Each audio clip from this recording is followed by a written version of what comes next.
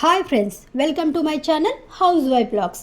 ఈరోజు మన topic made in India versus make in India. Made in India అంటే ఏంటి? భారతదేశంలోని కంపెనీలను స్థాపించి వస్తువులను ఉత్పత్తి చేసి ఆ వస్తువులను ఇండియన్స్ యూజ్ చేసుకుంటే అది మేడ్ ఇన్ ఇండియా. మరి మేక్ ఇన్ ఇండియా అంటే ఏంటి? ఇది ఎలా స్టార్ట్ అయింది, ఎప్పుడు స్టార్ట్ అయింది, దీని ఉద్దేశం ఏంటి? దీనికి సంబంధించిన పూర్తి వివరాల కోసం అయితే వీడియోని అయితే పూర్తిగా చూడండి. స్కిప్ చేయొద్దు. స్కిప్ చేస్తే అంత క్లారిటీగా అర్థం కాదు. ఈ మేక్ ఇన్ ఇండియా ప్రోగ్రామ్ను సెప్టెంబర్ 25, 2014 మన భారత ప్రధాని నరేంద్ర మోదీ గారు అయితే తీసుకురావడం జరిగింది. భారత్ను తయారీ రంగంలో శక్తివంతమైన దేశంగా మార్చేందుకే కేంద్ర ప్రభుత్వం మేక్ ఇన్ ఇండియా అనే ప్రోగ్రామ్ను తీసుకొచ్చింది. ఆత్మనిర్భర్ భారత్ అభియాన్ కింద అయితే ఈ ప్రోగ్రామ్ను లాంచ్ చేయడం జరిగింది. ఈ ప్రోగ్రాం భారతీయ కంపెనీలలో విదేశీ మూలధనాన్ని ఆహ్వానిస్తుంది. ఇది దేశంలో ఉపాధి అవకాశాలను పెంచి భారత్ను గ్లోబల్ డిజైన్ మ్యానుఫ్యాక్చరింగ్ హబ్గా మార్చడాన్ని లక్ష్యంగా పెట్టుకుంది. దీని మెయిన్ ఉద్దేశం ఏంటి? మరి ఉపాధి అవకాశాలను పెంచడం, మరి భారత్ తయారీ రంగంలో 12% నుంచి 14% వార్షిక గ్రోత్ను పెంచడం, 2022 నాటికి జీడిపిలో తయారీ రంగం వాటాను 25% పెంచడం.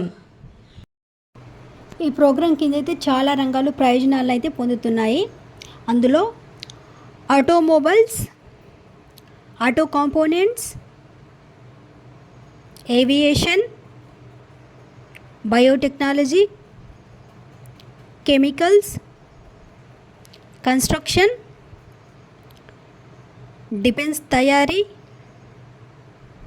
Electrical machinery, electronic system design and manufacturing, food processing, IT, BPM, leather,